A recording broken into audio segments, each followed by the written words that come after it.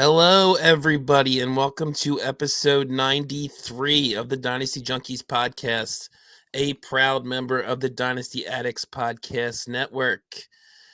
Back here with my co-host Andrew Hall at Andrew Hall FF tonight. Andrew, how you doing?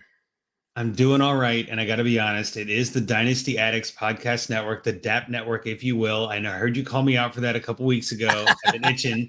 I do forget to say that sometimes, but it is the DAP Network, and we are live on the DAP I do notice that Scott does it sometimes too when he takes the lead, and I feel like usually one of you catches yourselves at the end, and you're like, "Oh yeah," when you're giving the Twitter handle or something. We are a member of the Dynasty Addicts Podcast Network.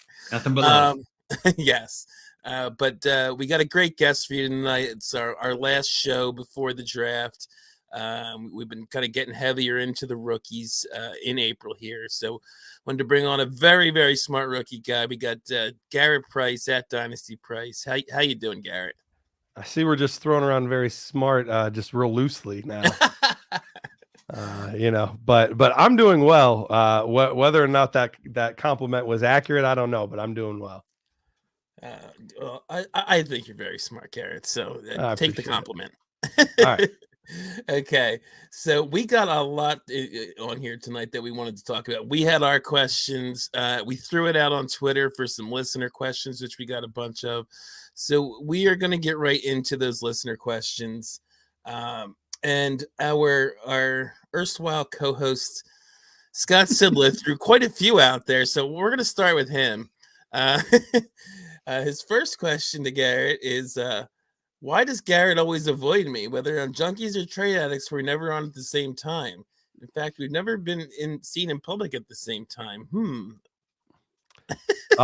My response to that is, why hasn't Scott invited me on? Why is somebody else from these shows always inviting me on? Yeah, there you go. There it is. I mean, so take that, Sidlow. I'm just saying. That's exactly what you would say if you were Scott, though. Let's be honest. Like, wait a minute. Who knows? Okay, but he has a couple. One real question and one sort of real question. Right. Who's Khalil Shakir? Anything I should know about him? He said he was teeing this one up for you. Oh, well, that was kind of him because I love Shakir. He is one of my favorite.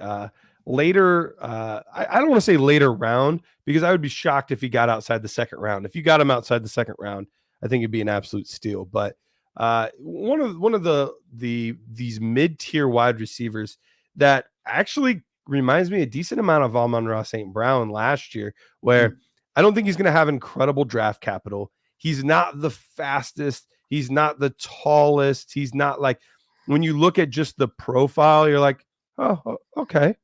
But when you actually watch him play the game, he's a technician at the position. He's a guy that's always in the right place, can make some fantastic catches, and is just an absolute true gamer. So I think he could line up outside or in the slot. I think he'd be fine either way, but I think he would especially thrive out of the slot. Wide receiver from Boise State. Looked really good at the Senior Bowl. His first day, there was some like, he's not looking that great. And then apparently day 2 on, he just absolutely crushed everything. And you like to see that when things kind of level out amongst everyone, because that's always a good telltale card for some of the smaller school guys is how did they do once the playing fields were leveled, when the guys from Georgia are playing the guys from the WAC and the Sun Belt and the, all that kind of stuff. So that's what I really like to see. And he thrived in that scenario. And you said second round, that you mean second round rookie draft, correct? That would be correct. Yeah. I think as far as NFL draft, I was just going to ask, where do you think he falls there? I would like to think that he would be somewhere in round 3. But I thought that about Amon-Ra last year too, and he ended up falling to the 4th. So for me, he would be like an early 3rd round pick, maybe even into the late 2nd, but probably 3rd round pick, early 3rd round pick NFL wise. But it wouldn't shock me just because his measurables are not off the chart if he falls into round 4. But if he does, I think he's going to be an absolute steal. Yeah, and like you said, Amon-Ra did as well, and he still was going in kind of the late 2nd of most rookie drafts last year. Correct. Although I guess maybe a little bigger name than Shakir because he went to USC and his yeah. older brother played in the NFL and all that. Yeah. But yeah, I mean, I guess if you can get him in the third, go do it. So easy money. And then I'll paraphrase this one. Scott asks, can Garrett expound upon why he thinks not so good things about Chris Olave? I don't think I've been overly negative of Chris Olave. I have him currently as wide receiver 5 in the class. Okay. So I'm not a Chris Olave hater by any stretch of the imagination. And actually, the more I watched him, because it's always weird when you are scouting guys from teams that you're a fan of. So I'm an Ohio State fan. Right. Yeah, I'm a Buckeyes fan. And right away, as soon as you like somebody from your home school, you're called a homer. Like there's no way around it. It's all you nerds get that on the Ohio State guys. Yeah. Yeah, exactly. Well, there was a reason that I didn't even bother scouting Master Teague because I thought he was hot garbage. Like there was a reason that there have been certain players over the years that I've been lower on and higher on from the Buckeyes. Loved J.K. Dobbins, didn't love Paris Campbell. Loved this guy, didn't love that. So I do my best to not have Ohio State goggles. It still happens at times. Don't get me wrong, but I do my best. So I already knew I really liked Garrett Wilson. I knew he was going to probably end up as the top receiver in the class for me, which did end up happening. But watching him live, Chris Olave, I was just like, he's okay. He's fine. But when I really started digging into the tape, so when I really appreciated that he's much faster than he originally looks. He's more of a glider. So it looks like he's not running that fast, but it's these elongated steps and things like that. Very, very savvy route runner, solid hands. He just doesn't do a ton after the catch. So I think for Chris Olave in this class, we're talking about somebody with a very high floor, but I think a much lower ceiling than a lot of the other players in the class. So I think he's one of the safer guys. So if you're like, I want to draft a guy that's going to average 10 to 12 points a game for me, I think he'll be great for you. In around year 2, 3, I think that's what he's going to kind of average for the most part in his career, which is like a really solid low end receiver 2, high end receiver 3 type of player. And you're going to be really happy with that. But I just don't ever see him being that alpha receiver. Right. That's what I was going to say, that I think at best he's some team's wide receiver 2. Sure. And for fantasy, that probably means at best you're getting a wide receiver 2 out of him. Right. You have any thoughts on Olave, Andrew? Well, I was just going to say, I think Olave's a great companion piece. Like he's someone kind of like a Devonta Smith for me, where it's like I don't see him as being that dominant, but if you get him in the right system with the right player across the field or let him move into the slot some, I love what he can do and things like that. I don't want to see him purely slot. I think he's got a lot of talent to work all over the field, but I mean, I haven't seen.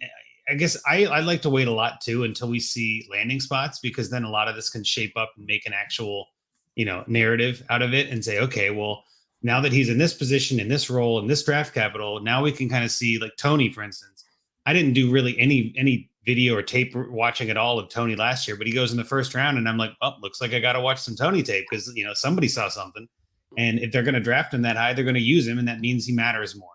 And so again, like kind of going back to Olave, I think he does have some first round potential. I don't think that's going to happen in this class. I think there's just too many better receivers. And I think wide receiver 5 is a pretty good spot for him.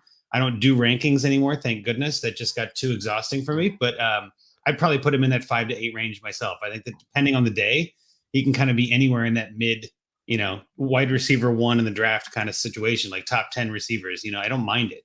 But yeah, I really just want to see where he lands. He's one of those that I'm like, God, if he goes somewhere great, he could easily be a top 10 dynasty wide receiver. If he goes somewhere great.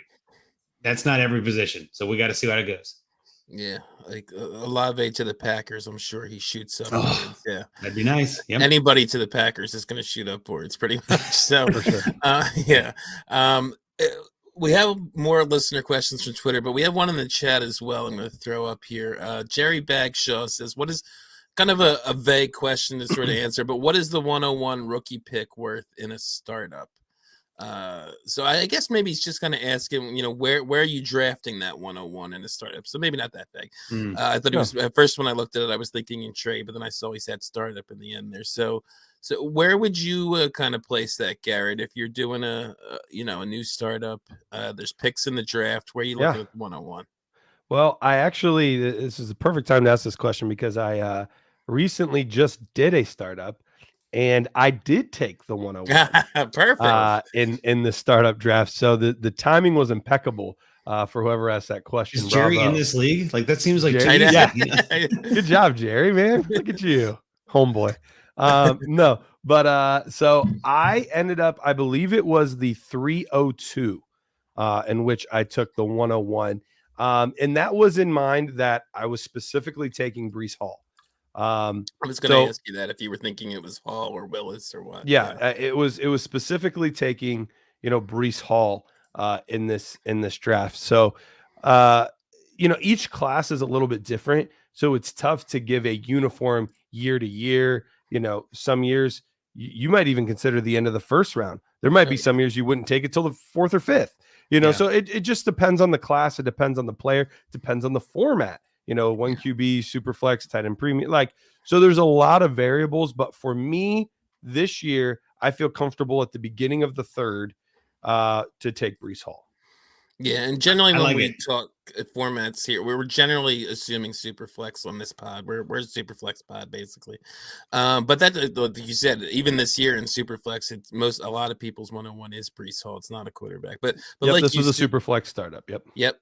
And like you said, the class does matter. Like last year, the 101 was going in the first round because Trevor Lawrence was like everyone's quarterback crazy this last couple of years in Superflex, even more so than in the past. And he was definitely, that 101 was going at worst early second. So it definitely matters the class. I'm sure next year it'll probably be a first round pick because everyone's going to want Bijan Robinson. Assuming he keeps on the same track. It's true, but Stroud and Bryce Young or them too. Yeah, but maybe they'll be first round startup picks. It's going to be interesting. Either way, I think the 101 in rookie drafts. I'm sorry, startup drafts next year is going to probably be a late first or something like that, early second at worst. Okay, so we'll get back to the Andrew. I'll let you because I'm going to move on to Jeff's question at For Whom J Bell Tolls. I'll let you do this because this you know a little bit more about this than I do. Yeah. So our buddy, friend of the podcast, Jeff Bell, wants to know graders or Jennies. All right. So this is interesting. I have an opinion, but I'm curious of your opinion. It's an Ohio. I feel like you guys. This is very much an Ohio thing. Yes. And I'm very aware of both of these places. However, I just moved in the past 7 months to Columbus area. I'm specifically in Granville, which is 20-25 minutes east of Columbus. So all this time up until now, I've been in Northeast Ohio near Canton. So we didn't have the option of either up there. So I have, even though I'm aware of both, so far I've actually only had Jennies. I have not had graders yet. So I can't give an accurate opinion. Now, I will say Jenny's is delicious. I love Jenny's, but I don't want to give an uninformed decision answer without having had both. And I love ice cream. So I'm very excited to have graders. I was just going to say, for clarification, Andrew, you need to answer and you need to explain this because there's people out there like, what the hell are graders and Jennies? Yeah, this is an ice cream question. Delicious ice cream. Purely ice cream. So graders is a Cincinnati ice cream. It's been around for, I don't even know, 50 years probably. And they get huge chunks of chocolate in their ice cream. That's kind of the whole draw. And then Jenny's is out of Columbus and it's more of a much smoother ice cream. Still has a little bit of chunks in it, of course, but it's a slightly different flavor, a little bit different process. Sure. I will say, and I answered this kind of when Rocky was asking me about it earlier, is I go graders all the way, but I've had graders my whole life, growing up in Columbus, living in Cincinnati, going to UC. I've had graders for a long time. So I feel like it's almost the opposite. I feel like I'm biased because I've only really ever had graders. I've had Jenny's 2 or 3 times. It's not bad, but it's just not graders to me. And just there's a little bit of that nostalgia that, reminds me of a kid, doing well after soccer practice. Oh, Dad, can we go to graders instead of Dairy Queen? Oh, yeah, no problem. You know what I mean? So I get you. I feel like it's a great Ohio question. So excellent work, Jeff Bell, getting us some OH in the house. So that's awesome. Well done. Okay. And when I threw this out, when I had Andrew actually is the one who threw it out on Twitter, I thought we'd get more 2022 class questions, but we got a regular old football question coming up next. Okay. Nothing to do with the rookie class from our our guy at Ridley Truther at CWC Wood 1 on Twitter. Where do you guys forecast Goddard to be by mid-season this upcoming year? I feel like I'm one of the only guys in my leagues high on him taking a jump this year without Ertz around. Hurts hopefully taking a step up in the passing game. Is tight end 3 crazy? So Garrett, is tight end 3 crazy? I don't think that's crazy at all. And if you're one of the only guys in your leagues that's high on him, congratulations. Like that makes your life so much easier. Because when everybody in your leagues are high on a guy, then it's much more difficult to acquire him. So it worked out in your favor in that sense. But last year without Zach Ertz on a per game basis, he flirted right between tight end 5 and tight end 6. And we also have to remember this was a brand new offense. So I think people forget this sometimes. You expect things to click right away. There's often a growing period of a year or two to get really comfortable in an offense, especially with all the pieces. So fortunately, the offense is going to be the same. The quarterback's going to be the same. Most of the main pieces, there might be a new wide receiver addition at some point, but most of the other pieces are going to remain the same. So anytime that there's good congruency like that, that spells, good success for a bump up in value. So I don't think tight end 3 is crazy at all. In fact, when I'm drafting right now, I'm drafting him roughly as my tight end 4. So I don't think you're far off at all. Yeah, I think that's a real underrated point you mentioned there, which is the continuity. The same offense, same coach, same quarterback, and Hurts. Hurts has his issues. I'm an Eagles fan, if you didn't know, Garrett. And really shocking. No one ever heard that before, right? Yeah, that's what the shirt on too. Not the shirt and the hat. But in April, by the way, well done. I mean, who am I to talk right now? Yeah. But I actually tend to kind of be more pessimistic towards the Eagles guys in general. But I'm pretty high on Goddard as well. I think he's kind of he's considered, and he should be, but he's in that sort of middle tier of tight ends that some people don't even want to deal with. But I think he is a guy that can make that jump. Last year I was all over Hawk making that jump, and he didn't quite do it. I'm not that high on Goddard. I'm not ready to plant my flag, but I just think there's real potential there. If Hurts can take a step up really it's the second year starting. So I think we could, and like I said, with it being in the same offense again, I think, and it's basically just Goddard and Smith, and there's probably going to be a rookie, but I don't ever bank on a rookie taking a huge target share. Sure. Obviously it happens with guys like Jamar Chase and whatnot, but Goddard, it's basically Goddard and Smith is the whole passing game. So I'm with you on Goddard. Rocky, I do want to ask you a question real quick, because for a while I kept seeing people mocking a wide receiver to the Eagles in the first round. To me, I feel like I don't think they're going to do that personally. I think they're much more likely to take one in the second or third. But do you think that they'll take one in the first round? That is kind of the buzz around here. A lot of people, the beat writers and stuff, do think they are going, since they have that would be 4 straight years of a top 2-round receiver. Yep, third year in a row with the first round, and the year before they took a newly minted tight end. I was just going to say Goddard's new competition, JJ Arcega-Whiteside, right? The Arcega-Whiteside is going to be a tight end now, so maybe Goddard isn't the dream that we thought. I'm not worried about. And honestly, I love J-Jaw too, so it breaks my heart. Yeah, and honestly, I mean, I kind of want them to. I think they obviously do need another one. They have nothing after Devontae Smith, pretty much.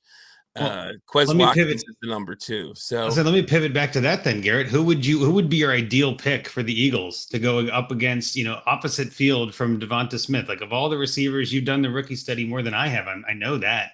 Like, who would you put as like a dream situation for the Eagles to take at one of their 2 first-round picks even? Yeah, so if he were to fall this far, I think Drake London would be a great fit for them. It would spread things out really nicely. You have, Drake London, who's your big, contested catch, go up and get the football. You have your Devontae Smith, who's a little bit of do it everything. And then you really could have Jalen Reagor just be that slot guy and just do that. Like, just be a slot guy. And then you'll have Dallas Goedert at tight end. And then Jalen Hurts has absolutely no excuses. I mean, that would be an incredible receiving core. if that's the case. So I think that would be an amazing scenario for them. But if they do, wait a little bit longer at that position, I think George Pickens could be another one that would be a good X receiver, a guy that can go up and get the football. He's a little more linear than Drake London is, but he's also not as physically imposing as Drake London. But I think Pickens would be a decent selection if they waited till like the mid-second. And yeah, I wouldn't hate that either myself. Like I said, I kind of want them to go receiver with one of those 2 first-round picks, but they also need a lot of help on defense, which we don't care about for fantasy football. But if they took 2 defensive players there and got a Pickens in the second round, I'd be good with that. I would be worried if they took London, just because I think I have a little more concerns about London than you, and I think most of the Nerds guys do. I'm one of those guys buying in, after watching him, buying into the, I'm worried about the separation, that kind of thing. So yeah, it didn't worry me too much in watching him. I know he's not got the top end, but he's a pretty savvy route runner. And I have to say, it just worries me too. I think he has, again, maybe you don't, but I think he has more bust potential than some other guys. And if he goes to the Eagles, it almost guarantees he's going to bust. That's actually what I was going to dive into. Like, I feel like Drake's got a really good high ceiling, but he has maybe a lower floor than some of the other guys. Sure. Like if he doesn't get in the right spot, and the Eagles are notorious for picking the wrong guy in the last, 2 out of the last 3, like we've just been talking about. Yep. And I can only imagine the steam that would come out of Rocky's ears if at the end of the year, their rookie wide receiver that they took in the first round is another bust. I could just see him pulling out what's left of his hair. Just like, what are we doing here? So like, they got to get it right. So I don't think London's a bad pick, but if London falls that far, that could be like some red flags too. Like other teams aren't excited about him. What does that mean? Like you start building this, narrative out of nothing and just kind of spinning it as a crutch argument to be like, well, no one else wanted him. He's probably terrible. Like, I don't know. So like, no matter what they do, no matter who they pick, it's going to be up for a ton of scrutiny this whole year. I can't wait. They just can't take Jameson Williams because they'd just be too skinny. Well, I was going to say, the receivers would just be I love Jameson, though. I do too. He's my wide receiver, too. Yeah, I would love him, but I don't think he fits on that offense. Like, he's almost too identical to Devonta Smith. Like, that would be weird. Yeah. That was the one I was wondering if you were going to come around and say that he was a bad pick. So I'm glad to hear you say that. Yeah, maybe they could just kill everybody with speed, though. But, right? Yeah. That's the lie. But that is kind of the buzz too. I was saying earlier that they're going receiver. It is kind of the idea that they think they're probably they want a bigger guy across from Devontae. So you're hearing a lot of London, a lot of Burks, around here in Philly. Anyway. Burks is the guy that worries me out of all of these. I get that too. Yeah, these big name receivers, especially on a team that's notoriously not been good at developing wide receivers. Yeah. He's a guy that needs a lot of development. So I would not be a fan of that at all for the Eagles personally. I would not either. Again, he's another guy I think has some bust potential. He's the one that has the most bust potential. I have him at my wide receiver 7, which people think I'm crazy, but right. Yeah, I know you're low on him. And if he went to the Eagles, they might be wide receiver 12. So you're not wrong. Oh, man, but no, that's actually, and I want to pivot on that for just a hot second because no matter who they get, let's get back to Goddard for a quick second here, right? No matter who they get, I think we can all agree they're going to get somebody, right? If it's not the first round, it's the second round, maybe with Pickens, like we were saying, right? So let's assume it's Pickens and Smith with a kind of, I don't know, ready to go season or career on the line for Hurts, right? Like he's going to have to ball out. I think Goddard could be an amazing snag. I do think his ceiling is probably that, tight end 3 overall kind of a thing. But if you don't have to pay that price, then that's awesome, right? And that's kind of where, like you were saying before, Garrett, if your league doesn't value him, like a tight end 3, tight end 4, or a top tier tight end, because there's really only 2 tiers in tight ends. There's 5 and then everyone else. Right. So if he's not in that top tier for someone and you can get him for a discount, and I don't know, I have no problem with that. I've got him in a 2 tight end league. I've got him and Kyle Pitts. And I couldn't be happier. I'm like, that's been a 2 tight end. Like, that's how you differentiate. You know what I mean? Like, that's pretty good. Yeah. So my QBs kind of suck, but we're not going to get into that. But the point I'm saying is, we got time. But I think Goddard is definitely a tremendous value if that offense takes a step. Now, if they take Burks or Williams or, someone, they wait till the 4th round and draft someone like, ooh, that offense could be in for a long year. Even with J-Jaw switching to tight end, makes me nervous. Yeah, like I said earlier, I'm with both you guys. He's kind of like that guy that like everyone's like, yeah, he's good, but he's just one of those middle guys. I definitely think there's a chance he becomes more than that and is one of those difference maker type tight ends. For sure. He's a very easy target for Hurts. But next question. At Noob Engineer _. How is he did ask a sort of a rookie question, but it's the 2023 rookie class. Already he's thinking about this. I like it. Looking ahead. How is the 2023 tight end class looking so far? How do they look compared to tight end 1 Leonard Fournette? Well, first of all, I don't know that anyone compares to Leonard Fernandez.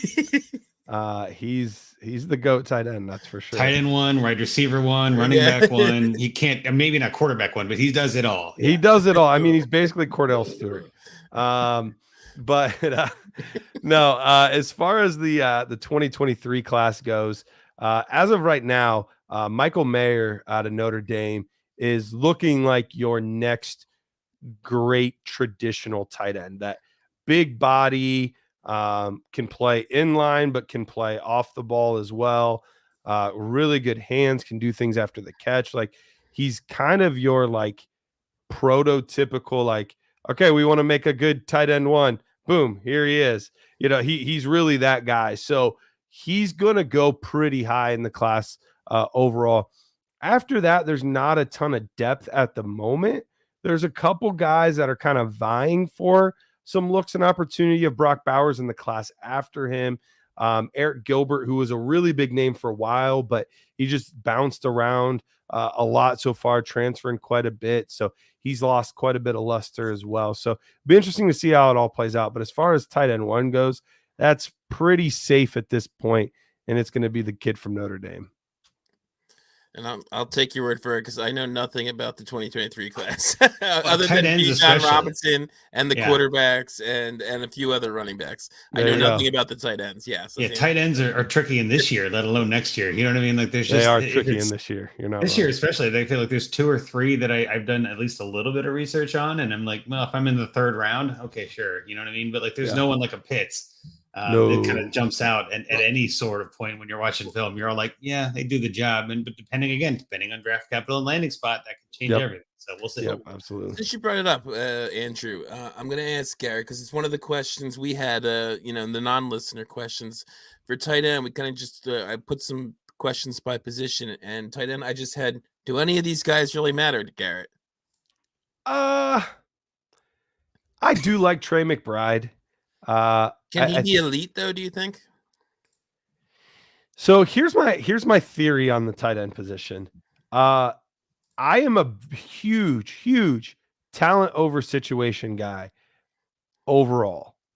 However, the one position where I'll kind of concede is the tight end position, because you see so much of it come down to how many targets is that tight end getting? How involved are they in the offense? Do you have a young gun quarterback that wants to sling it down the field, or an old guy that wants to play it safe and, check down a lot? Like, so there's just a lot of it depends on the offensive coordinator and the quarterback that you're playing with. Aaron Rodgers for years was notoriously bad for tight ends, even though he's an amazing quarterback and it was a good offense.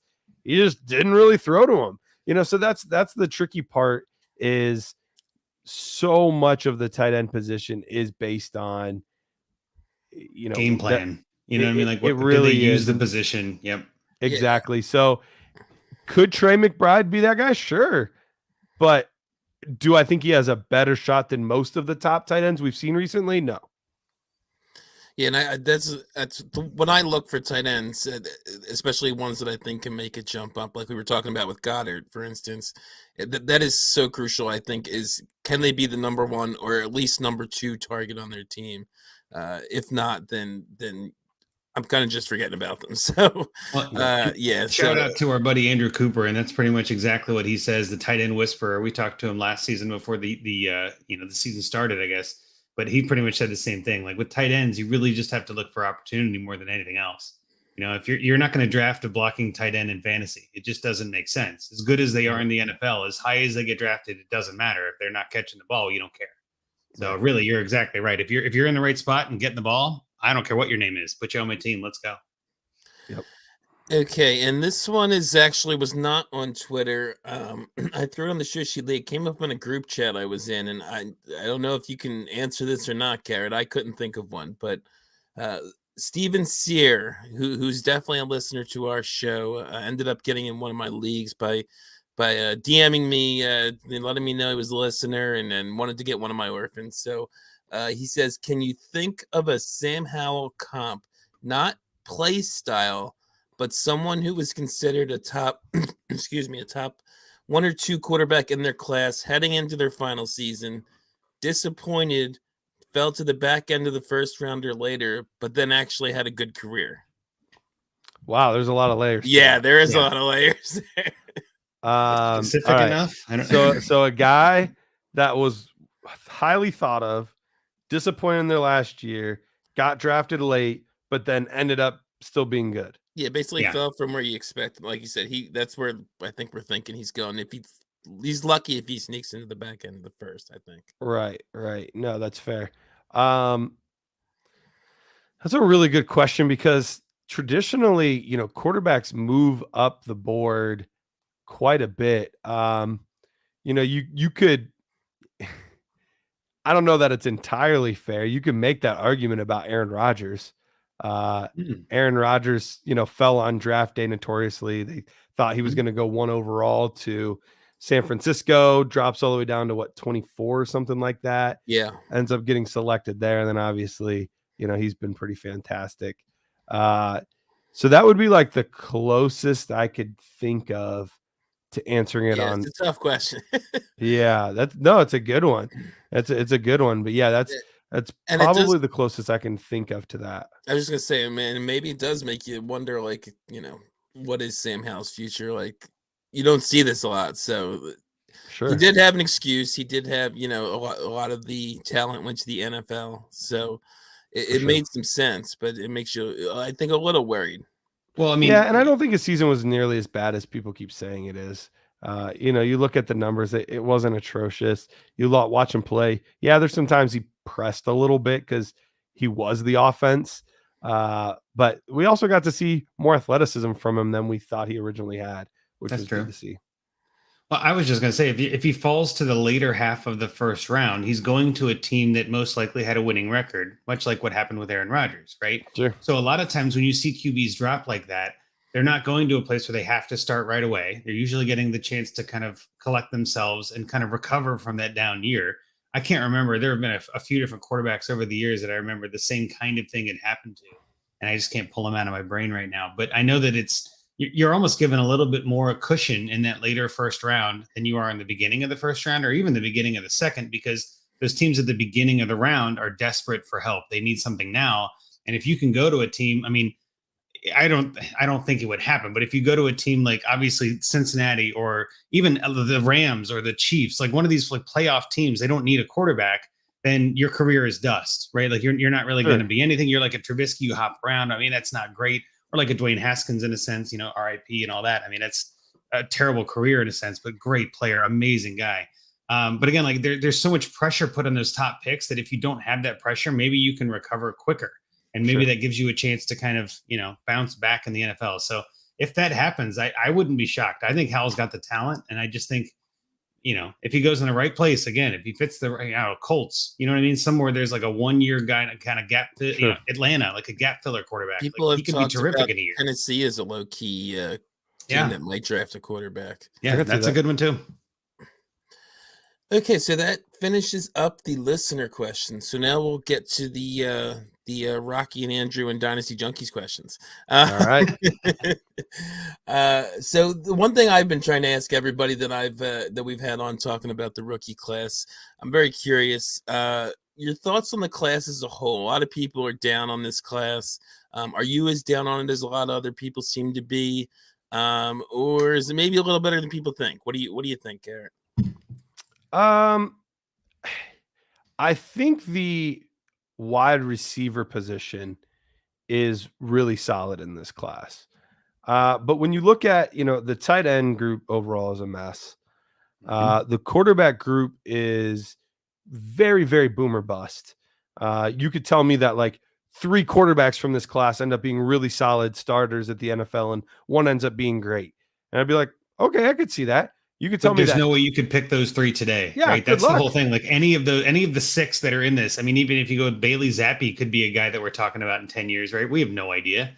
Sure, like, that'd be crazy, but we've seen weirder things. They could all flame out too tomorrow, And I would not be surprised if none of them panned out. So that's the tough part is it's a extremely boom bust quarterback group. When you look at the running back room, I feel great about Breece Hall. I like Kenneth Walker. I think other people like him more than I do, but I like Kenneth Walker. And then after that, it's really just a bunch of like, they're good, but it's a lot of like 4th round NFL draft capital type of running backs where right situation, they're going to get a shot, but they're not beating the doors down anywhere to like take a job from somebody either. It's a lot of really high end backup type running backs that we have at like 3 through 9 or 10 in this class. So there's some depth there. But so really the only position that I would say is actually good in this class is the wide receiver position. It is a good wide receiver class. So in a sense, it's, as advertised. I don't think this is overall a great class compared to, the last 2 or 3 that we've seen. But I don't think this is like a, terrible, make me want to gag type of class either. Well, I would say that this is one of those years I wouldn't be shocked if we have 6 receivers in the first round of fantasy rookie drafts, right? Where it's like, like you could easily get 6, maybe even more. But like in most years, I feel like it's in Superflex, especially, it's almost always running back and quarterback, right? You almost always build your teams around receiver, and then you draft running backs and quarterbacks as they come into the league and as you need to get the position kind of bolstered for your run. And I think this year is kind of a great rebuilding year for dynasty teams, right? There's not a whole lot of players that are going to hit the ground running. We don't have a Trevor Lawrence. We don't have a Kyle Pitts. We don't have even like an Odell Beckham Jr., like at a top receiver. I mean, we don't have a Jamar Chase. Like we don't have like a clear cut heavy hitter. It's going to be a lot of guesswork. It's going to be a lot of getting lucky, to be honest. And I hate saying that because there's already so much luck in this fun game that we play. But again, you're going to have to get the right player in the right place to kind of be lucky enough. I think, obviously Walker and Hall, I think both slide right into your starting lineup in most situations. I would say probably 2 quarterbacks slide right into your depending on where they land, slide into your starting lineup. And I'm not afraid to say, I think there's 3 or 4 receivers you can do that with. But after that, it's really a crapshoot. And I think there is going to be a lot of players, a lot of fantasy players with the 108, 109, 110 that are kind of looking at it going, oh, that's not that great. You know what I mean? Like it's a first round pick, but I'm not real happy about it. And that's something Rocky and I have even talked about too, where it's like that later first is kind of no man's land. You know what I mean? Like all the really good guys are gone and you're just sort of sitting there going, I hope I get this pick right. And the tough part is, 205 is not going to be that much different than like, you're going to be thrilled if you're sitting there at 205. You're like, oh man, I'm going to get same caliber of guy I could have got at 1.9. This is awesome. Yep, exactly. And that's what makes it so much fun too, because if you're not at the top of the first and you're at that back of the first, beginning of the second, I mean, we always say it, of course, trade back if you can, but no one's going to be accepting that. No one's going to be moving up. I feel like most dynasty managers are pretty smart, pretty savvy. They've all got rankings. Everyone's got their values and their calculators and all these things. I think everybody's just going to be sitting there like, no, go ahead, make the pick. I'll take what's left, because they all know that second tier, even third tier, depending on how you word it, is pretty deep. And I'm right there with you. The receivers are good this year. I think we're going to have a lot of really good receivers come out of this, but we don't have that dominant name of any position like we're used to having, other than Hall, which might be the best, potential player out of this whole draft, but we'll see.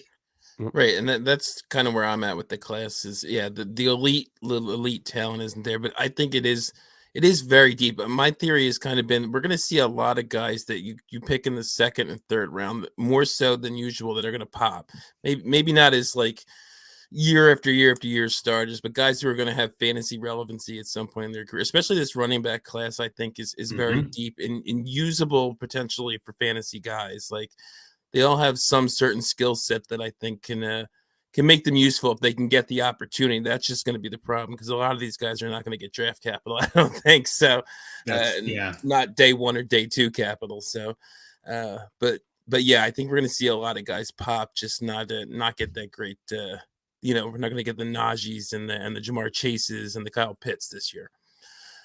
So one other thing I like to ask everybody, the combine, how much does that affect your rankings of guys, especially like I threw 3 names on here: Isaiah Spiller, David Bell, Kyron Williams, all guys I liked when I watched them on film, all guys with horrible combines. So, well, on guys like that, how much does that move them up or down? Or obviously down in their case for you. Not a whole lot. A lot of times you have a decent idea of what kind of athlete they are going in. David Bell, I've never been a big David Bell guy. It looked like he's running, in sand. And he goes to the combine and his combine numbers looked like he was running in sand. So it's not a huge surprise there. Kyron Williams, another guy who I liked and still like, but his numbers were not good. But no one ever said like, oh, Kyron Williams is going to be good because he's so fast. He's got, great explosiveness. His vertical's got to be 40 inches, we knew that wasn't going to be the case for Kyron Williams. So if you liked him based on that, well, then yeah, it's going to crush you. But if you were actually watching the tape, you're not overly surprised. And now I will say this. I thought the combine numbers were even a little worse than I thought they were going to be. But then he came back on his pro day and looked significantly better number-wise on his pro day than he did there. So he might have just had an off day. Spiller's an interesting one because Spiller didn't really want to test at the combine.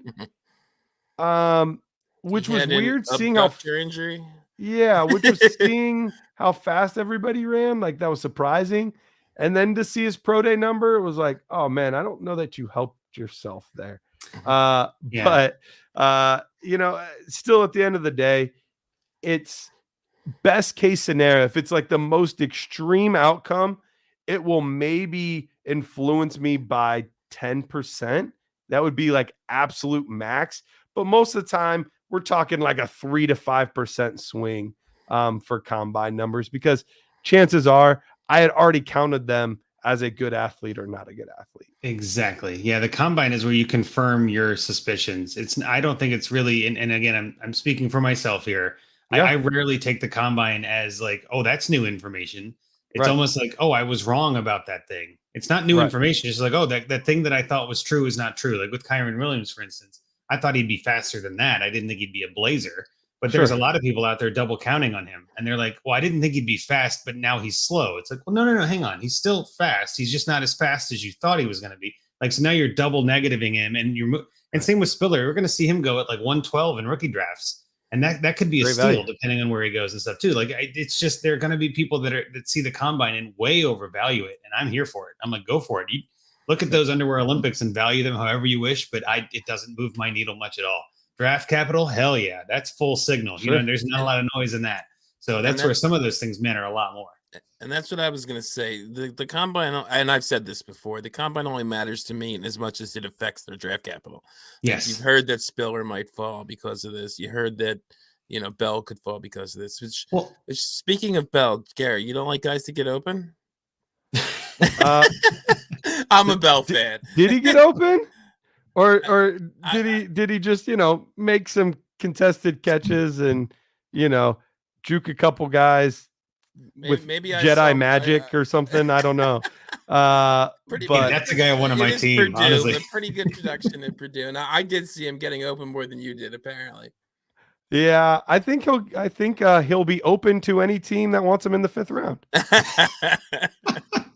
Yeah, I like I said, I'm a Bell guy. I'm praying for 3rd round draft capital because I know it's not going to be higher than that.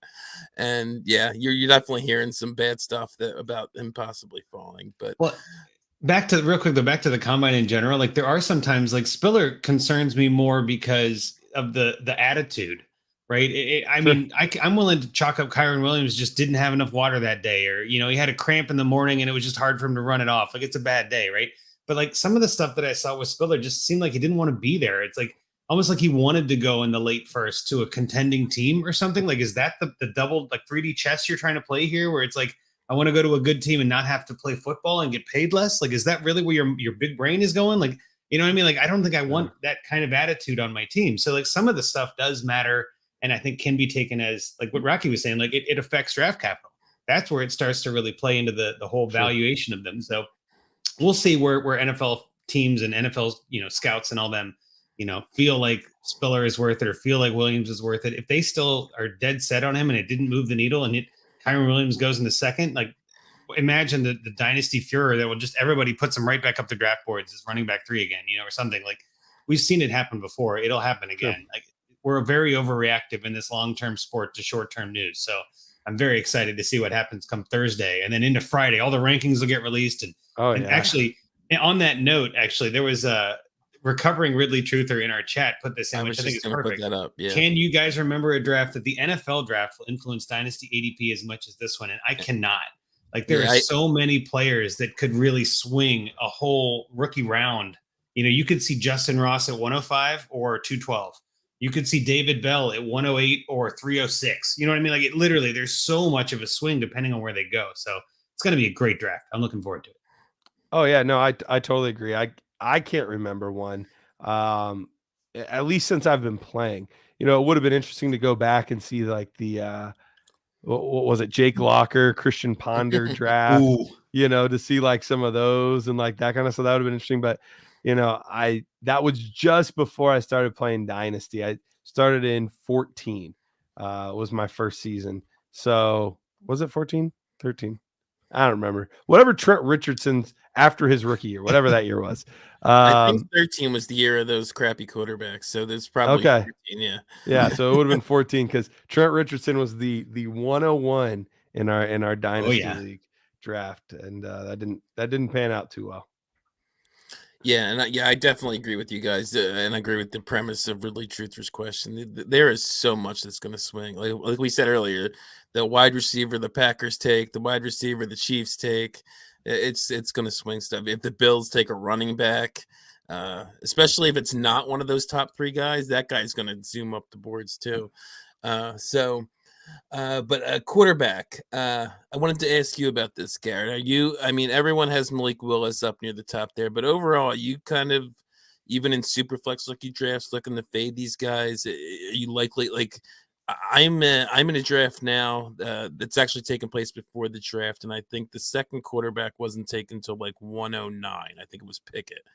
And it seems like that's the way it's going to go. I'm not even sure if landing spots are going to change that much. Are you on board with that? Would you be taking any of these guys higher if they land in the right spots?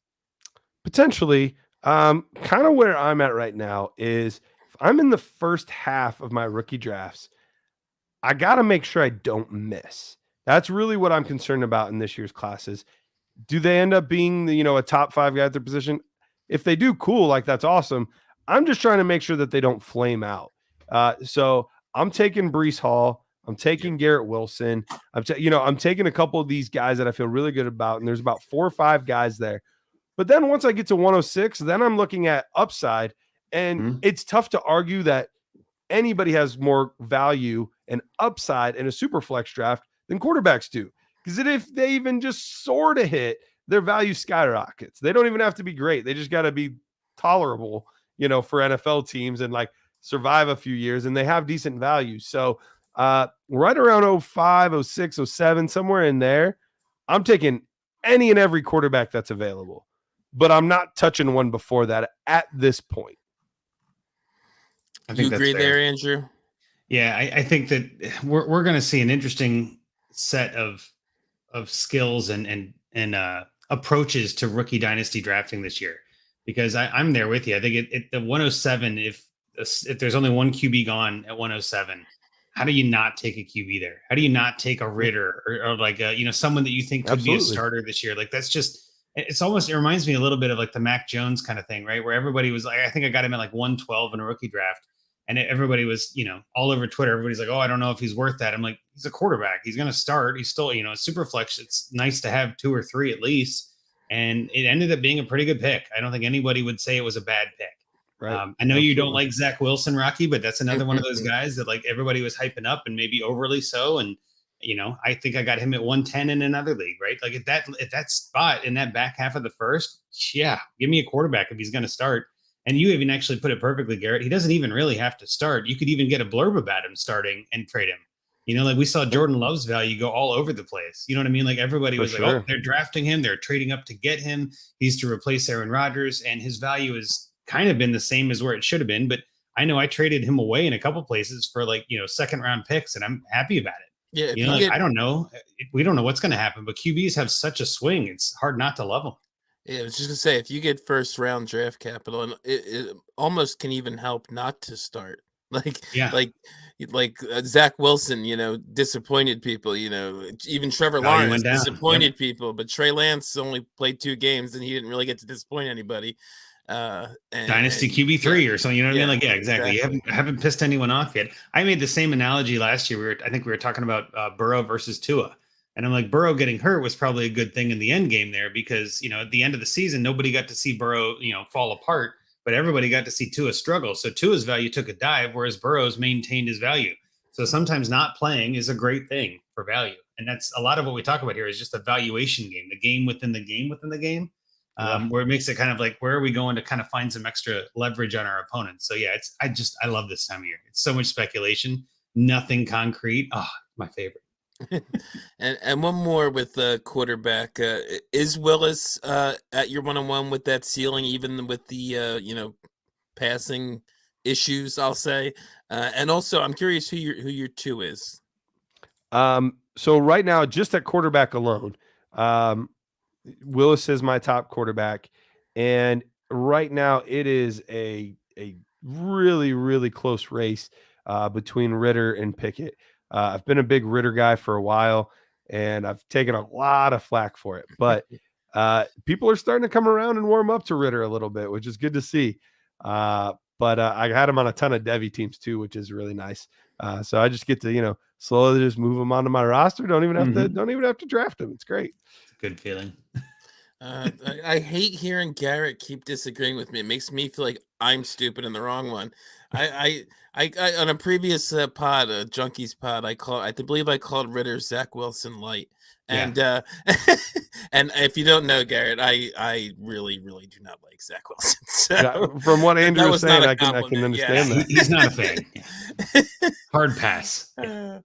He's got it's similar to me in that he has the decent athletic. He's more athletic than Zach Wilson, but they both have the running ability, and I see accuracy issues with both of them. Wilson does play a little more hero ball, I think, or throwing things up for grabs and things like that. But yeah, Ritter just scares me. But he looks like he's going to get that first round draft capital, which means if I do have a late first, I might have to draft him. I'm going to hate it. Always draft and trade. Always draft and trade. That's right. That's right. You're an addict. You're okay. Okay, so the running back position. I'm pretty sure, you said Hall is your 101. Yep. I'm pretty sure Walker is your 2, correct? That is correct. Is Spiller your 3? It is, but there is a very close 4th. That's what I was going to ask. That was the question. Who are your favorite guys after Hall and Walker? And if Spiller was your 3 Spiller, so who are your guys after that you're looking to get? I'm a very, very big fan of Zamir White. Yes. I've loved his tape for a long time. He was another guy that went from Debbie Darling because he was the top running back in his class, and everybody wanted a piece of that young running back. And then he tears his ACL. And well, again, he tears his other ACL. But since then, all he's done is slowly get better, slowly gain more speed, strength. Everything about his character is just glowing. Everything about him in the weight room is glowing. Like all of those types of things are just really great check marks. And you watch his tape, and dude is built for the NFL. He is built for between the tackles. He is built to be a great first and second down back. Do I project him to be a great receiver of the football? Not necessarily, but most guys are committee backs now. This is not a, there's going to be, if you're lucky, 8 or 9 guys in the NFL at any given time that are like 3 down backs. So he's going to be a part of the committee, and it caps his ceiling some. But I think when we're looking at guys that I think have the best opportunity to land on a team and be a viable piece of a team's running game for a long time, I think he fits that bill. I agree. I'm a fan of Zamir as well. As you were saying that, though, it came to an interesting question to me, and I've thought about this before. Can you remember? It kind of goes to like one of those questions in the chat here. Like, can you remember a draft where there were so many guys with like injury issues coming out? You got Zamir, you got Pickens, you got Jameson, you got London had an injury. Didn't Corral had an injury, I believe. Yeah, right there at the end of the season. Yep. It seems like there's so many guys that have injury issues coming out. I'm just curious is it just me or does it seem unusually high this year? That's a good question. I hadn't really given it much thought up until this point, so I don't know that I can say confidently one way or another. But either way, I don't get overly worked up about it, especially with how quickly guys recover from ACLs. I mean, yeah, heck, ACLs are like nothing nowadays. Right? yeah, I mean, heck, Cam Akers came back the same season from an Achilles injury. Like, what the heck? So with the way modern medicine is, and the way that guys are just bigger, faster, stronger than they've ever been, that kind of stuff's bound to happen. So I don't give it too much thought. Okay, and the last question, because we threw that tight end question out earlier, is the wide receivers, and we talked about London a little bit. He was part of this question, but I threw it out there too. Two is the more polarizing guys I think in here. Those two big guys, which is London and Christian Watson. So I wanted to get your thoughts on Christian Watson. He's got that seemingly great size speed combo, but lack the production at a smaller school, which is a little concerning in itself. So what are your thoughts on Watson? Watson's a really interesting one because he's also an older prospect. Yeah. But when you have that kind of size and you have that kind of speed, you shouldn't be as fluid of a route runner as he is. And he is a very, very fluid player, which is really, really surprising. And this was another case when I was talking about Shakir earlier, to see how well he did at the Senior Bowl. And I mean, by all accounts, he just torched everybody. Like, he was just head and shoulders above everybody else during his time there. When you can do that kind of stuff on a level playing field against, all these guys from much larger schools and from, by all accounts, a decent defensive back room that they had there this year, it makes me feel pretty good about him. He's currently just a hair behind Treylon Burks as my wide receiver 8. But, my wide receiver 8 in this class is rated a little bit higher than the wide receiver 8 in a lot of classes. So it sounds like, you don't have him very high, but it's a solid class. Well, that's actually where I was going to ask you next. Like, how deep of a class, like, let's say, where do the top 10 this year rank in accordance to last year? Because I feel like last year we had the same kind of like top heavy. It was a couple of really big guys at the top. And then, you had guys like De'Ami Brown, you know what I mean? Like guys that you should, like Terrace Marshall even had a lot of hype heading into the season and in draft season and all that. I mean, like there were a whole bunch of guys that everybody was talking about that have now just evaporated and are worthless, Yeah. I think this year's class is a little bit, in a way, it's not as top heavy, but it's deeper in the receiver group. Correct. Would you agree with that? Yeah. Just for reference, my wide receiver 9 in this year's class, in last year's class, has a slightly better grade than the wide receiver 6. There you go. Okay. So there's 9 receivers equivalent to 6, right? Yeah. And that I think that kind of fits with what my mind is sort of trying to tell me, where it's like there's 10 this year that I don't mind having. And last year there were like 5 or 6, And this year I definitely think if you get stuck with someone in the late first, early second, you're not really stuck. It's more like there's just a tier gap. And you're like, I'm losing some value, but I don't mind. Yeah. Yep. Absolutely. So, and we had talked, I think it was before that we started recording, about how, I'm also, trying to watch film. I'm nowhere near as good as guys like Garrett and Zach Reed and the like, but I did watch Watson and I loved what I saw. Like almost every game I watched, there's like at least one play. You're like, wow, how did he do that? Yeah.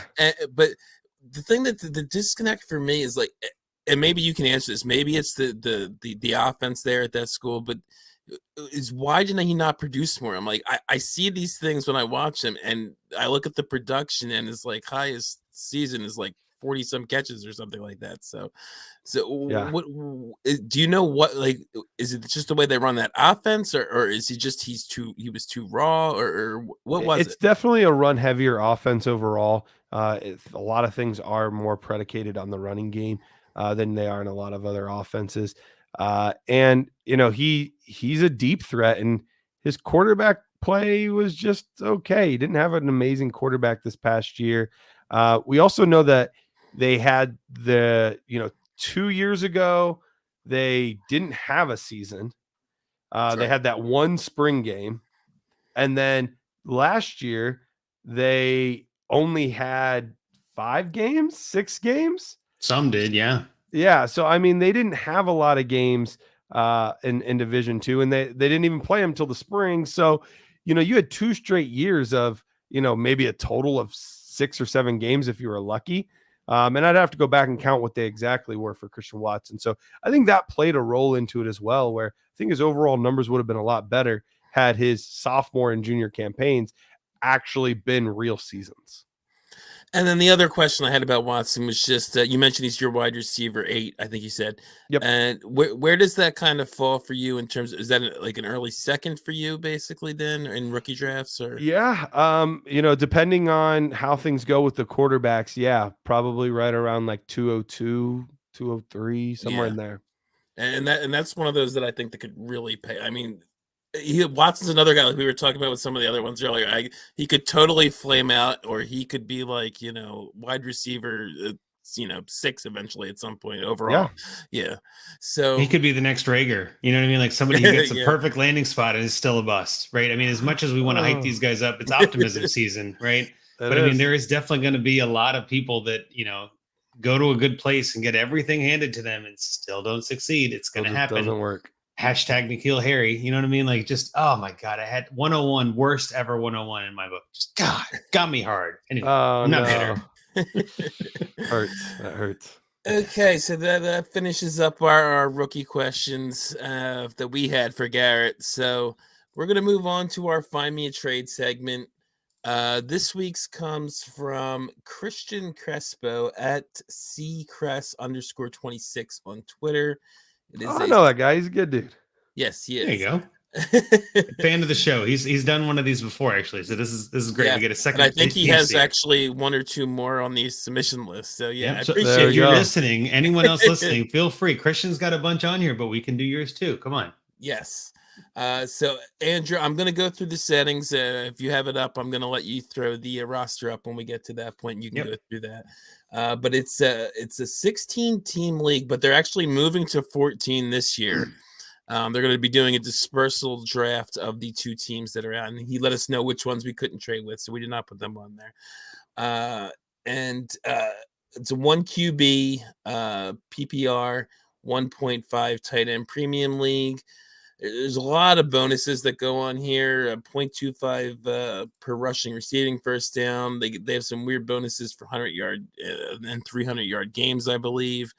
5 points for 100-yard games. Long play bonuses. 4-point passing touchdowns. -2 for interceptions. -1 for sacks. Kind of like SFB. So, and he says, well, first let me say, it's only 17-man roster, I guess, because they figured that many teams, they wanted to keep the roster smaller. And only start 8 QB, 2 running backs, 2 wide receivers, tight end, 2 flex. So he says he just mentions the different bonuses in the settings, and then he says he has I have the 102, 103, 109, and the 202 currently. League mates have been tough to trade with, looking to add a running back using a receiver in the 109. And we're going to get to he actually has a trade in his inbox. I didn't check yet if he accepted it, but we're going to strongly recommend he takes this trade. He plans on taking Walker and Garrett Wilson with the 102 and 103 if he holds on to them. And I guess I'll just say before he goes to the roster, because I did my trade assuming this guy was on his roster. He has in his inbox Van Jefferson and 109 for Saquon Barkley. Go hit accept the second you hear us talk about this on the podcast if you haven't already. Absolutely. Yeah, and that was offered to him. That was not something he threw out there. That is in his. Yeah, I could not. People are low on Saquon. I mean, I get it. He's been a disappointment, yes. But I want to clarify. From what I can see, that looks like it is an outgoing trade. Oh, I did think it was And- incoming on and my it is bad. 24 days old. So I did, after we talked about this, I looked it up. I'm like, that's in, like, you, how do you not accept that? He I sent thought that it was trade. incoming. Okay. Yeah, Okay, and it's okay. 24 days ago that he sent the trade. So the guy has So not that's accepted not being in 24 accepted. days. No. So I'm exactly. So I'm gonna guess that the other manager, the Nature Boy 516, who I'm going to talk about, is probably sitting there going, no. No. But it's okay. We can get into some of these trades. But let me show the roster. Let me get through that real quick here, because I do think there is it's not a bad roster. I've seen worse, but for 16 going to 14, you know, one QB, there's some interesting Sure. stuff here. So real quick, let's run through this. So do you guys see it? I guess that's the first question. You guys are coming up on your screen there. Yeah, we got to get that. There we go. There you go. All right, so QB's got Tua Tagovailoa, Mitch Trubisky, Daniel Jones. Not terrible, I guess. If you're in a one QB league, I don't mind that. Running back, he's got Mike Boone, J.K. Dobbins. That's about it, really. I mean, I think there Makes was sense why he needs a running back. Kenny Nwangwu in your taxi. I mean, that's not ideal. Receivers, he's got T. Higgins, Van Jefferson, A.J. Brown, Curtis Samuel, Jamison Crowder, Michael Gallup, Braxton Berrios, Laviska Shenault, and Elijah Moore in your taxi still. Receiver is definitely a solid set. That's looking pretty good. Tight end, he's got Evan Ingram, Jonnu Smith, Cameron Brate, and Robert Tonyan. So again, for a league where you only have 17-man rosters and you're starting 8, I mean, in a spread out league like this, I kind of get it. Like, you're wide receiver heavy, you're filling your flexes with wide receivers, and again, Higgins, Brown, that's a solid starting 2 in my book. Elijah Moore in your taxi to come up. So I think it's a pretty solid team. I'll just kind of go into my trade because we kind of already sort of talked about it. Just before you do, Andrew, I just wanted to mention, in case anyone listening, Garrett has been a little under the weather. If you didn't know, Garrett did not throw a trade out, but we do have one from Scott, who's not on the show, our third co-host, and Garrett will proceed to just mock all our trades as we give them out here. So I just wanted to let people know. Okay, so Andrew, proceed. No, I like that. It's a good idea, and mocking is always allowed. That is never a bad thing. So That's what I like to hear. So when we were looking at this earlier, Rocky and I were talking about it. We said, well, definitely accept that trade. Like, what are we doing? Well, then I realized it's outgoing. The guy hasn't accepted. Yeah, that's my bad for not being familiar enough with Sleeper. I thought it was incoming. That's okay, because it pivots perfectly into mine. My trade was to send that same Nature Boy 516 to send for the same player, Saquon Barkley, to send Elijah Moore and the 202 for Saquon Barkley. Now, again, looking at this roster, I think easily we could say the receiver group is the best group. I think it's I mean, pretty obvious for everybody, even who's hearing the team. Running back, you've got Dobbins, and that's about it. I'd love to get a second running back, especially when you have to start 2. So I feel like, giving someone like Elijah Moore, who has a lot of upside potential, very young player, receivers are kind of hard to find in deeper leagues like this sometimes. And then the 202, which again, we were just talking about, like 202, even in a 16-team league, is going to be a pretty solid option, I think. I don't think it's going to be it's not a first still, but it's an early second in a 16-teamer. I think has a lot of value. So I guess roast me, Garrett. How bad did I do? How bad is that trade? Which side would you like? It's tough. It's tough without seeing the rest of the league, because if I'm looking at the rest of his league, and it is tough because I don't play in a ton of 16-team leagues, but if I'm looking at his team and I'm like, you know what, this team is a running back away from being a legitimate contender, then I think I would do that deal, because I think Saquon Barkley could absolutely put you over the top. But if I'm looking at his team and I'm saying, this still is just going to be like, congrats, you got 5th. If like that's his team, then I think I would rather hold on to Elijah Moore and try to just flip maybe 202 straight up for an old running back that nobody really wants and only has a year or 2 of, tread left on his tires, and go that route. So I can't say if it's good or bad because I don't really know what the rest of the league looks like, but that's kind of where I'm at there. It all depends on if he thinks that he can really compete for a title this year, then heck yeah, go get Saquon Barkley for that deal. I think it's a good deal. If not, I'd rather wait. I will say, from my gauge of it anyway, looking at it, there is no, and there's kind of you would expect on a 16-team league that's going to 14. There's no real dominant team there. There's no team that's loaded up, especially with the small rosters. It makes sense too. It's kind of hard to build up, guys that you eventually become studs for you. So, he's kind of got a decent roster that's definitely got some holes, but I think he can possibly make a push. So I don't know if you agree with that assessment, Andrew, but that's kind of how I looked at it. The only thing I was going to add is that I agree with what you said there, Rocky. Looking at the kind of the whole league landscape of the 14 teams remaining, there's nobody that stands out as like looking at every team and kind of glancing at them. There's no one I'm afraid of, right? Yeah. Usually when you're looking at your whole rosters and you're kind of scanning the league, you always end up finding that one team you're like, oh man, I do not want to face Scott Connor this season. You know, it's almost always Scott Connor, that bastard. He's amazing. But like there's one of those teams that's just like a dominant. I don't see that in this league. And again, the two teams that are leaving, I looked at their rosters a little bit too, just out of curiosity, because that dispersal draft could have a lot of good assets in it. Good. In theory, he should get his roster bolstered a little bit. Well, right, but they really don't have a lot of great assets either. I mean, just a quick look. I mean, you got Mixon. I was looking at running backs specifically, but like Mixon and Harris are the only two running backs on those teams that are kind of matter, you know. And it's like, well, they're not. Where's he picking in the dispersal?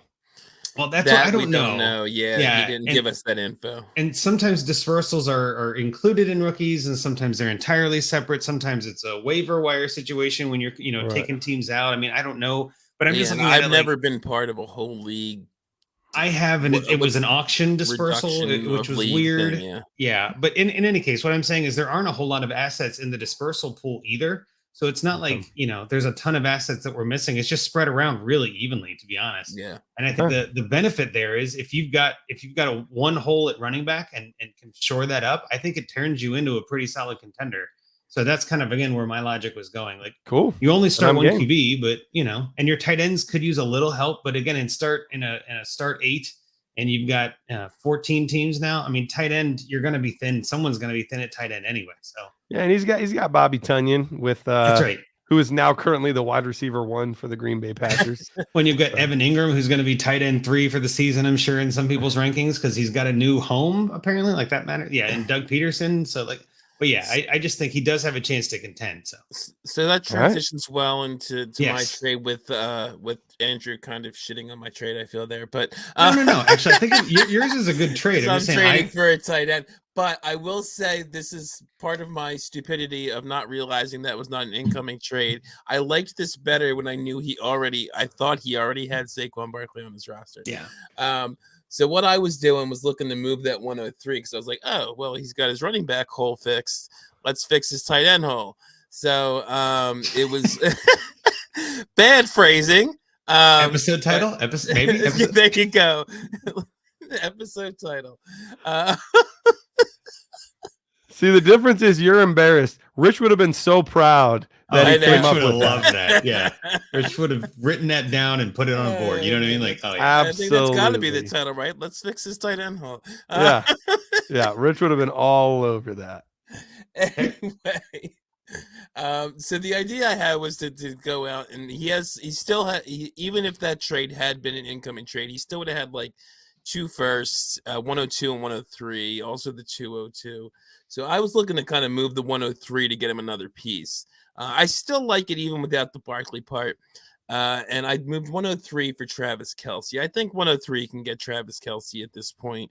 People are starting to realize he's, 32, and that's, Dynasty is very ageist for the large part.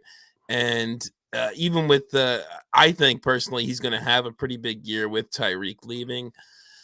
But I still think people are worried that he's too old. So I think you can get him for the 103.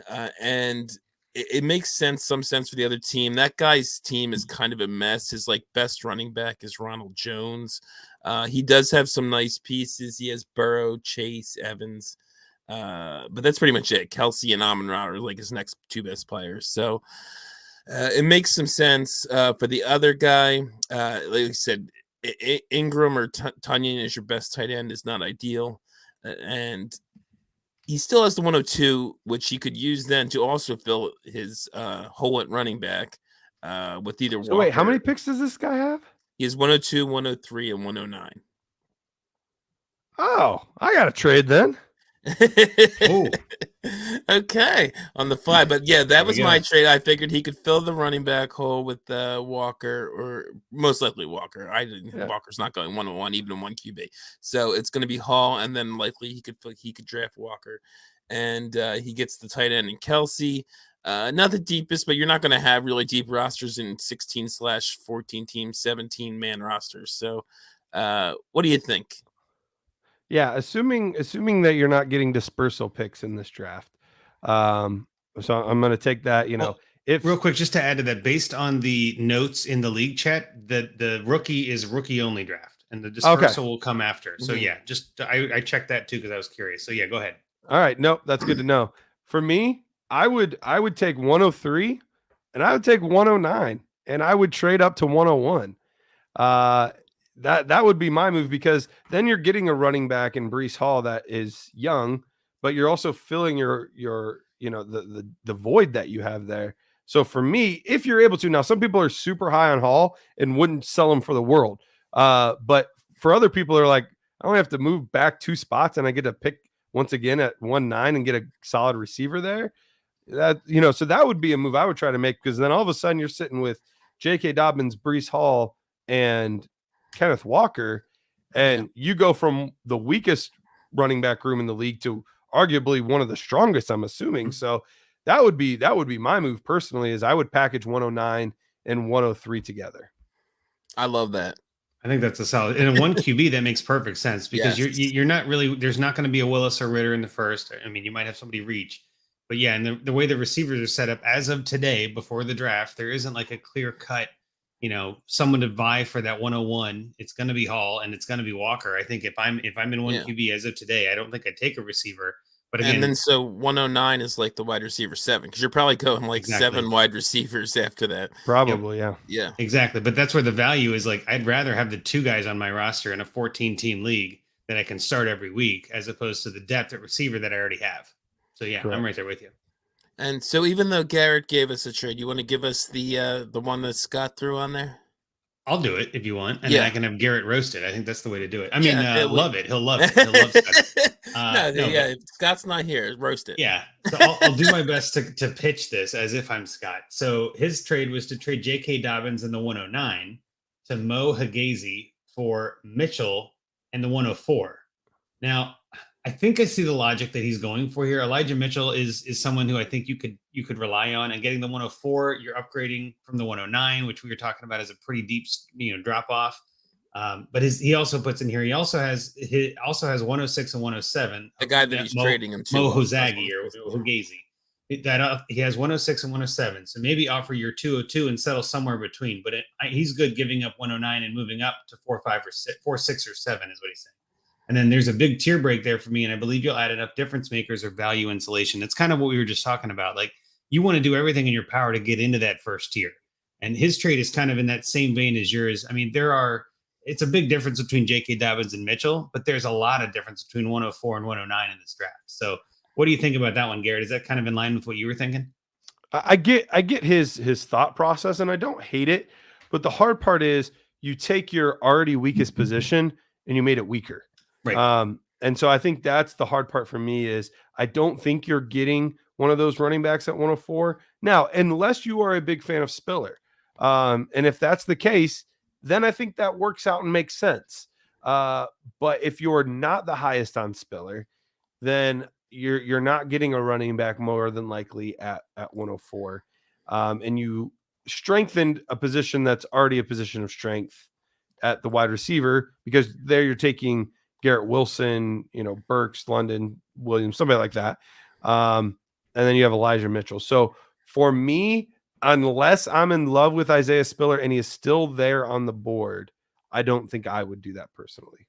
Well, I wanted to jump in with this, just looking at it like, through a different set of eyes. It's almost like you're trading away a running back and a receiver for what you're hoping is a running back and a running back. But at 104, you're probably just going to get a better receiver. So like you said, like you don't need receiver help.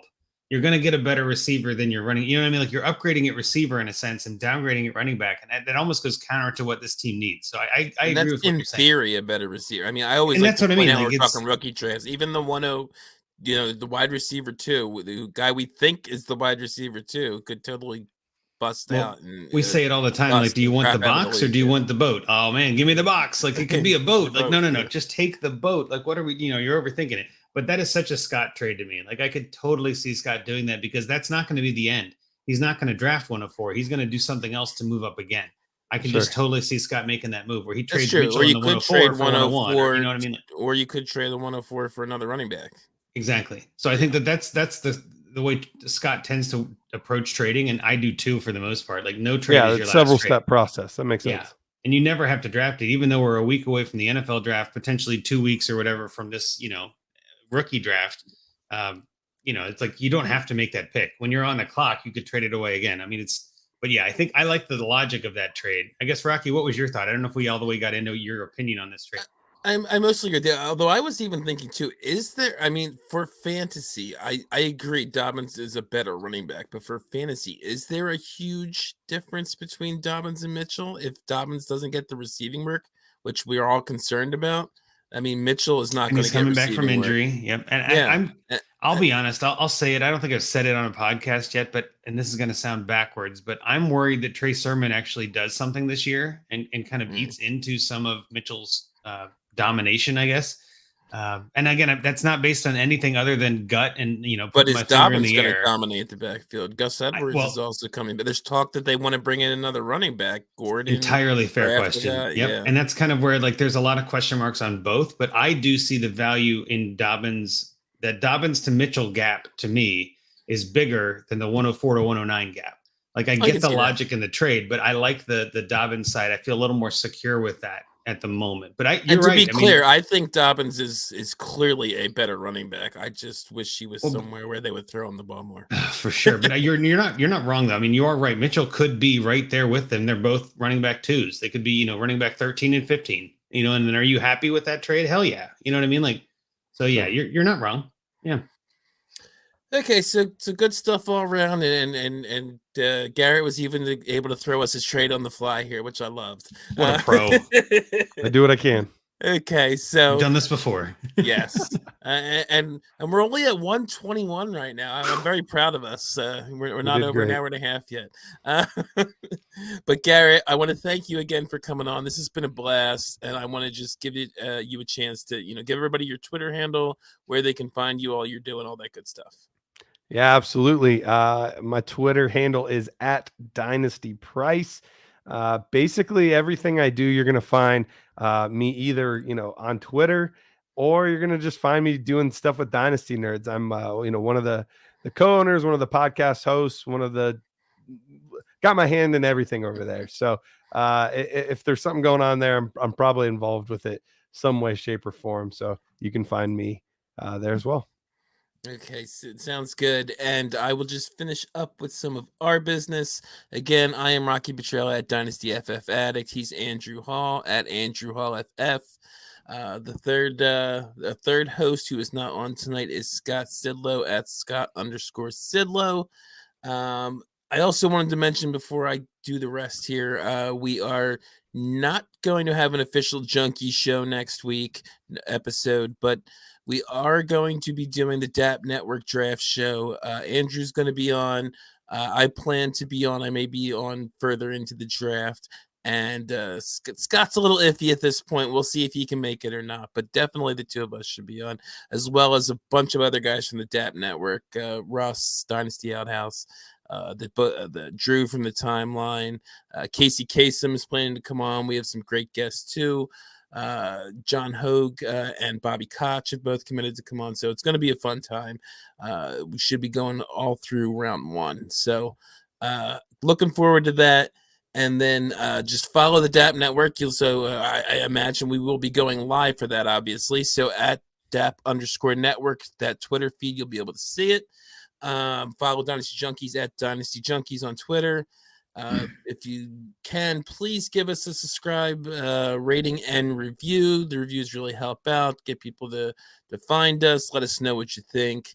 So we love that. And I think that'll do it, Andrew. So you want to take us out? Yeah, so thanks for the guys in the chat. Jerry Bagshaw, we had a good question from David Shank that I think we kind of got to too. Justin Mercer, of course, your new best friend in person, Rocky. Yes. Ridley Truther, always in the chat. Love seeing you in there. Obviously, anybody that submitted questions, Christian, again, for the roster, find your leagues, find me a trades. We love doing these for people. There's a link through our link tree on our Dynasty Junkies handle. Go there, find the link. We'll tweet it out from time to time too, but submit your teams, right? Everybody has questions about trades. We love finding trades in your leagues that you might be able to use or, bounce ideas off of. It always helps. So for everyone that's been in the chat, for you, Garret Price, for me, Andrew, for you, Rocky, thanks so much for hanging out tonight, guys. And with that, Junkies out.